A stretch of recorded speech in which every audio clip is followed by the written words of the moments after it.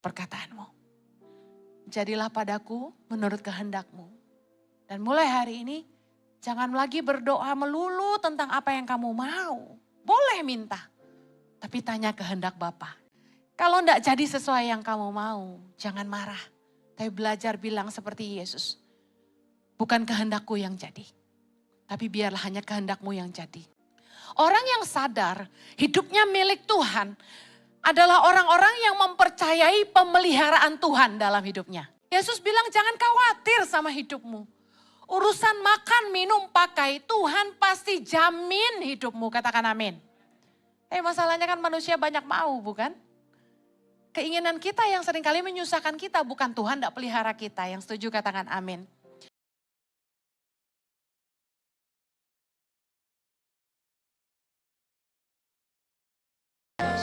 Terima kasih Tuhan.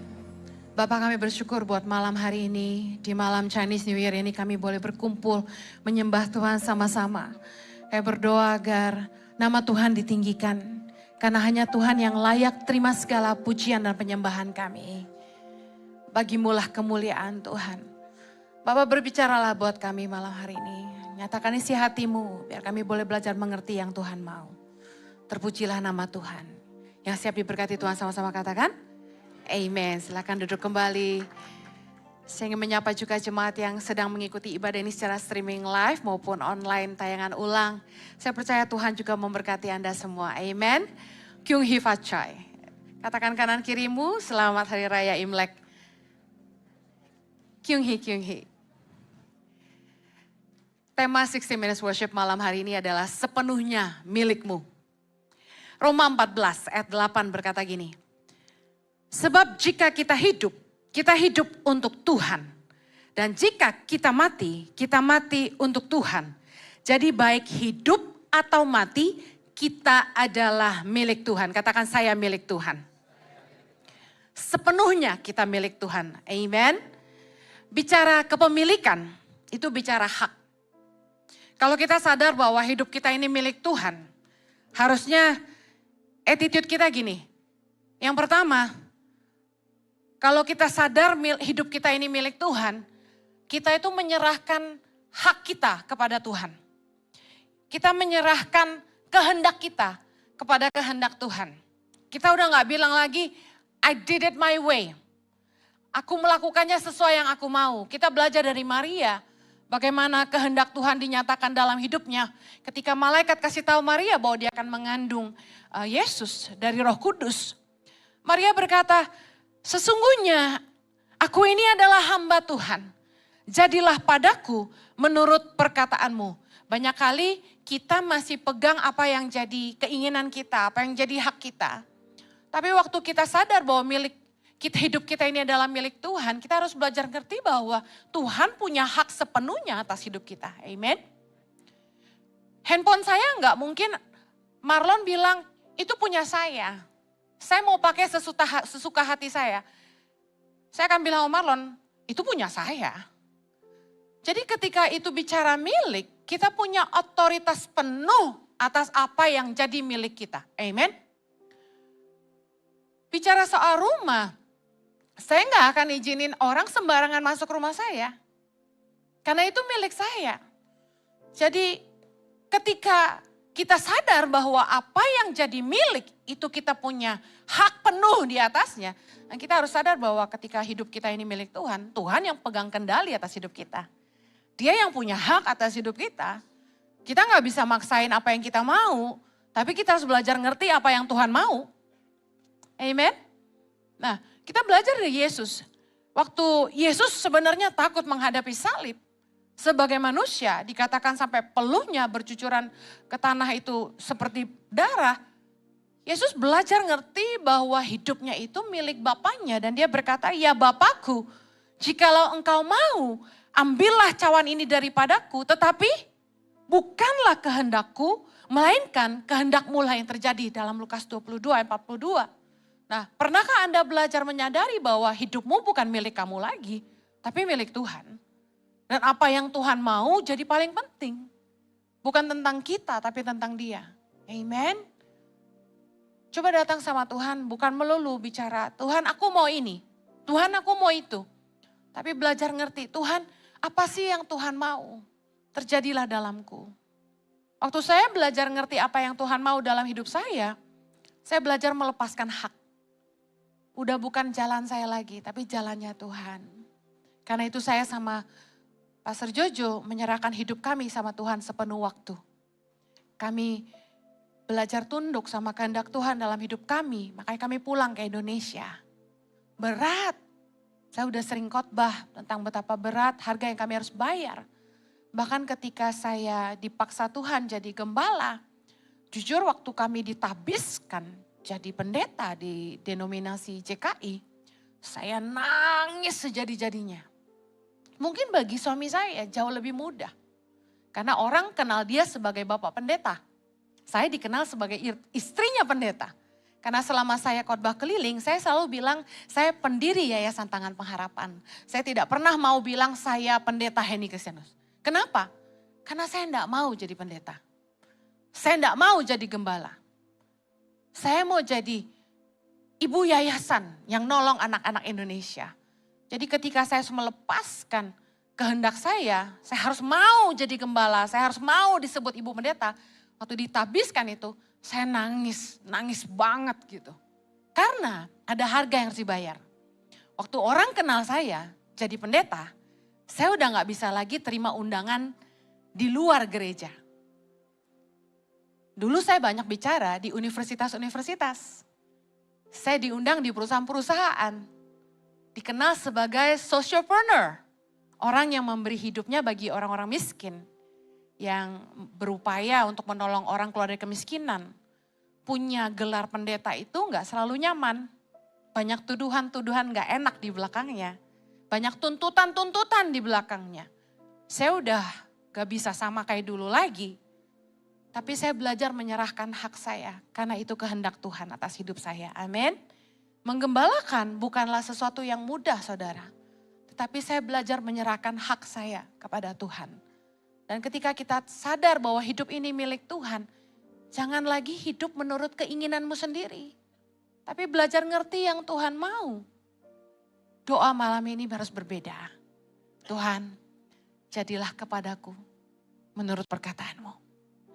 Jadilah padaku menurut kehendak-Mu.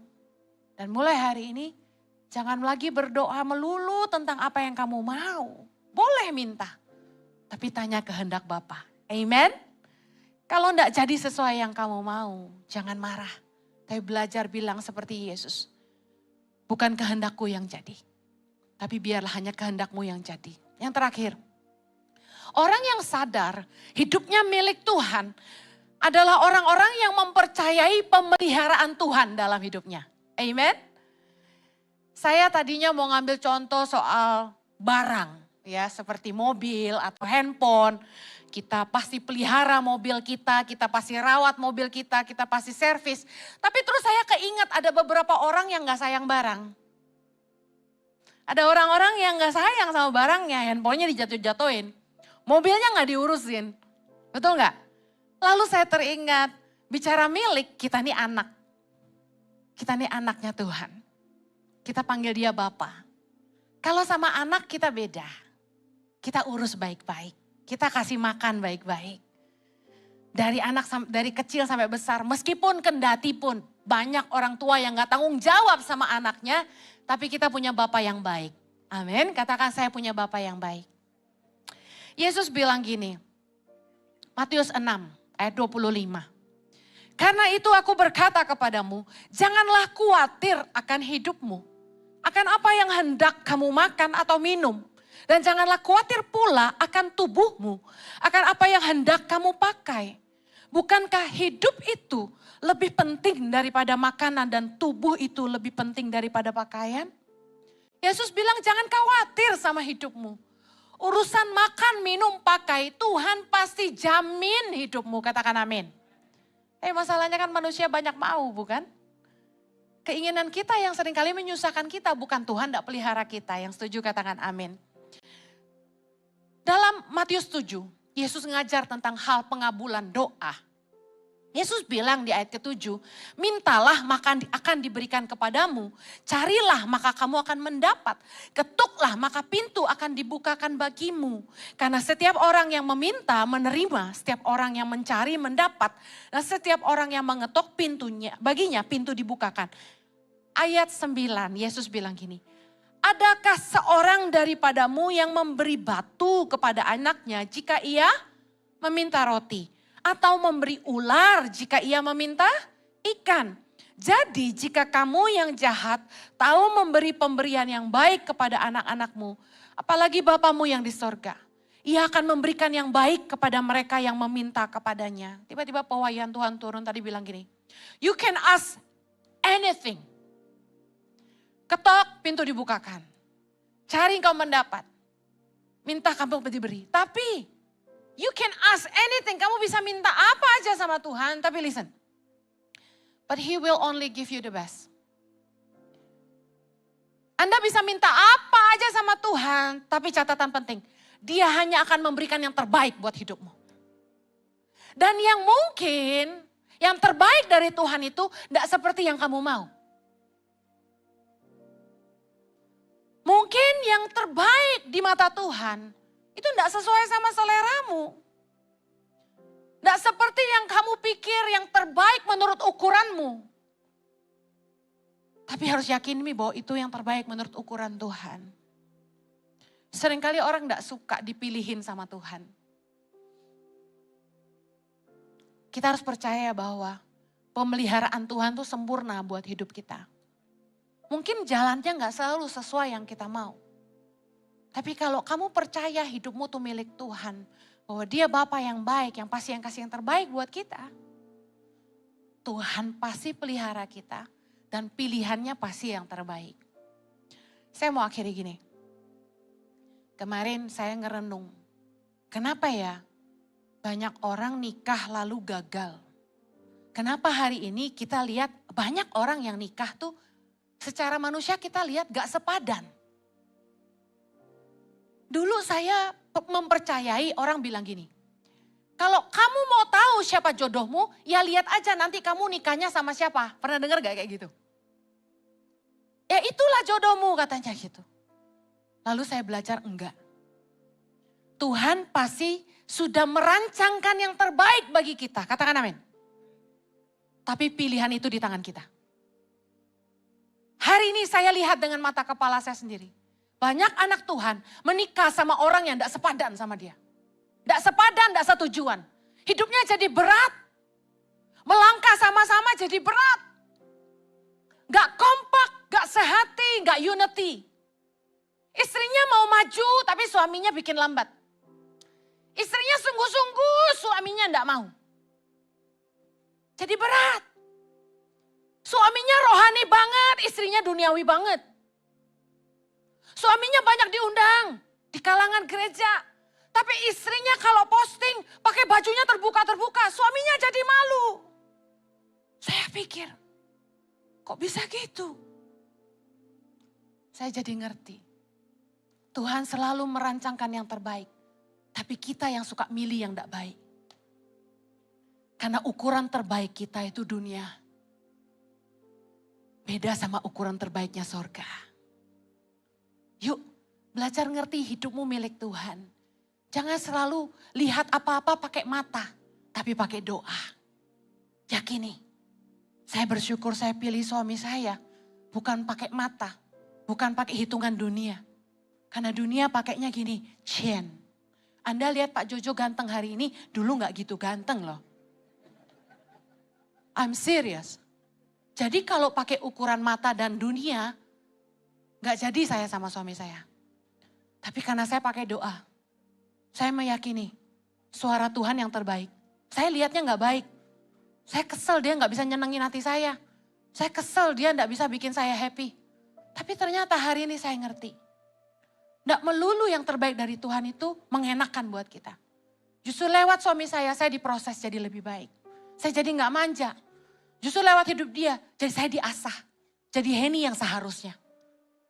Kalau enggak lewat suami saya enggak jadi Heni hari ini.